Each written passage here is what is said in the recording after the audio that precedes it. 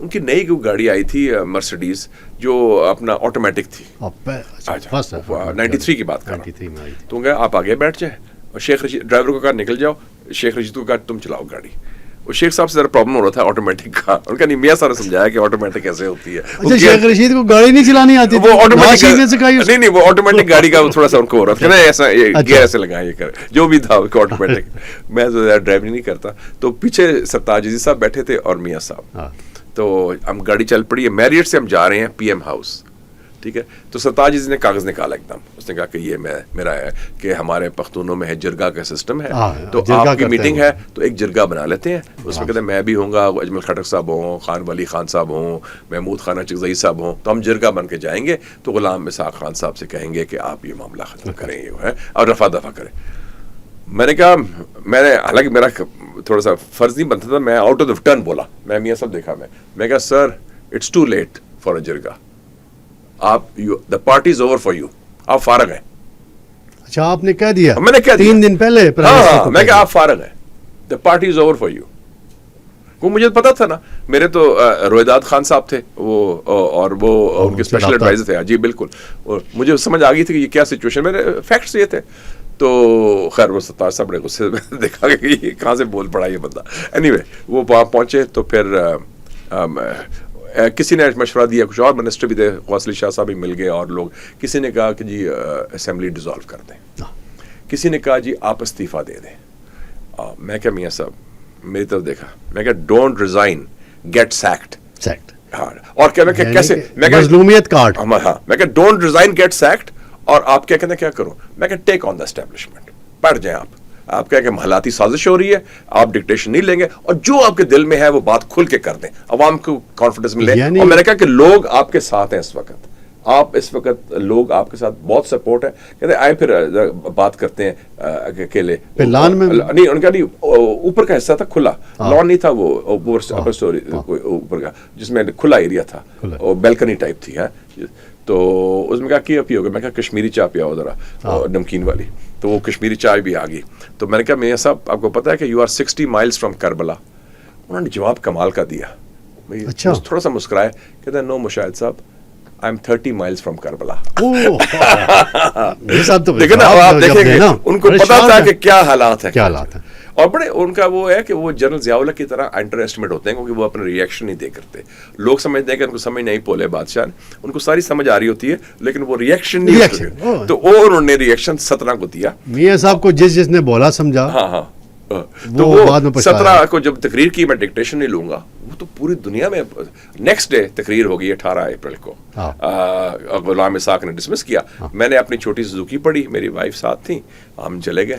وہ جو سوکی پرانے ماڈل میں, ہاں وہ والی ڈاکٹر میری وائف چلا رہی تھی, کہ میں نارملی ڈرائیونگ نہیں کرتا, تو وہ لے گئی. پی ایم ہاؤس کے دروازے کھلے ہوئے تھے, سیک ہو چکے تھے, اور سب لوگ بیٹھے ہوئے تھے جیسے کلوں میں آئے ہوئے ہیں, بڑے منسٹر ڈرے ہوئے تھے. میں نے کہا, آپ کو یاد ہوگا میں نے کھل کے اوپر کہا, میں کہا میاں صاحب بڑی مبارک ہو, آپ سیک ہو گئے, اب سرکاری لیڈر سے آپ عوامی لیڈر بن گئے ہیں, بہت مبارک ہو. تو اس کو پھر فیصلہ ہوا کہ اسی تقریر کے نتیجے میں جب میاں نواز شریف راولپنڈی ریلوے اسٹیشن پہنچے, اچھا پھر آج خود عوام وہاں آئے ہوئے تھے. ٹھیک ہے نا, جب انہوں نے کہا کہ ہم ٹرین مارچ میں چل رہے ہیں, ہم کٹھے چلتے ہیں, تو اس وقت میں کہا آپ کو سمجھ نہیں آئے گی کہ آپ کے ساتھ کتنے لوگ ہیں. اور جب میں ان کے کیا کسی تحصیلدار پٹواری نے وہ لوگ جمع کیے تھے؟ ناٹ ایٹ آل, یہ جو طنز کیا جاتا ہے نا, نانسنس. میں میاں صاحب نے کہا میرے ڈبے رہنا, میں نے سر ان کو ایک مشورہ دیا, میں کہا تھوڑا رنگ بڑا گورا ہے, سفید کپڑے باندھے ہو, نیلے پایا کرو, ذرا کنٹراسٹ ہونا چاہیے.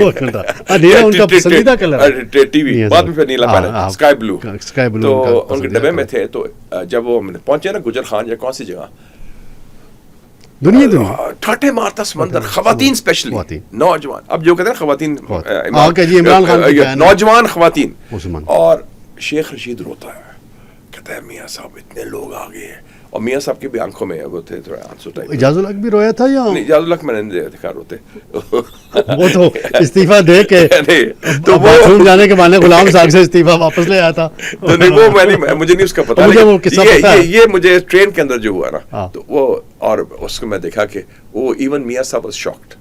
اور میں نے ان کو کہا تھا کہ پاپولر سپورٹ بڑی ہے. میں نے ایک غلام اسحاق صاحب کے بندے کو کہا تھا یہ کام نہ کریں, صلح کر لیں. کہتا نہیں ہم نواز شریف کو نکالیں گے اور تھانے میں پڑا ہوگا کوئی نہیں پوچھے گا. میں کہ نو یو آر رانگ. میں کہ you are not reading the popular pulse right. لوگ ان کے ساتھ ہیں اور لوگ سمجھتے ہیں he is doing a good job, اور وہ لوگ باہر نکلیں گے. اور وہ پھر تازہ موٹر وے بنا تھا, rest is history. Yellow cab scheme آئی تھی, موٹر وے بھی بن رہا تھا. اکنامک ڈیولپمنٹ اصلی بات تھی کہ ہم صحیح سمت پر اکنامک ڈیولپمنٹ پہ جا رہے تھے. اس وقت ہمارا روپیہ سنا ہے انڈیا سے بہت تگڑا تھا. انڈیا ہم سے پوچھ رہا تھا سر ہمارا ڈالر کا, اور 60 تھا. ہاں 60 تھا. اور وہ ہم سے مانگ رہے تھے ایڈوائس کہ آپ بتائیں کہ آپ نے کیسے کھولا ہے اپنے سسٹم کو. وہ جو ہے نا گرین چینل اور وہ ریڈ چینل ختم کر دیا تھا, تو بڑی ترقی کے گامزن تھے. بڑی لمبی دکھ بڑی داستان ہے. پاکستان میں کئی موڑ آتے ہیں تو پھر ختم ہوتے ہیں.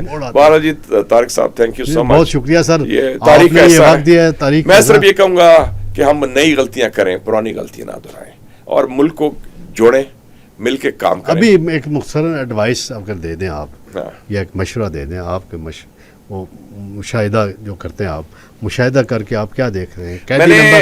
قیدی نمبر 804 ایک سال سے پہلے باہر آ جائے گا یا نہیں؟ میں نے جو پارلیمنٹ میں سپیچ کی تھی 1 سال پہلے, میں نے کیا کہا تھا دونوں طرف, میں نے پی ٹی آئی والوں کو کہا تھا اور اپنی حکومت کو بھی, کہ اداروں سے نہ لڑیں. وہ لڑ رہے تھے فوج کے ساتھ, ہم لڑ رہے تھے جوڈیشری کے ساتھ.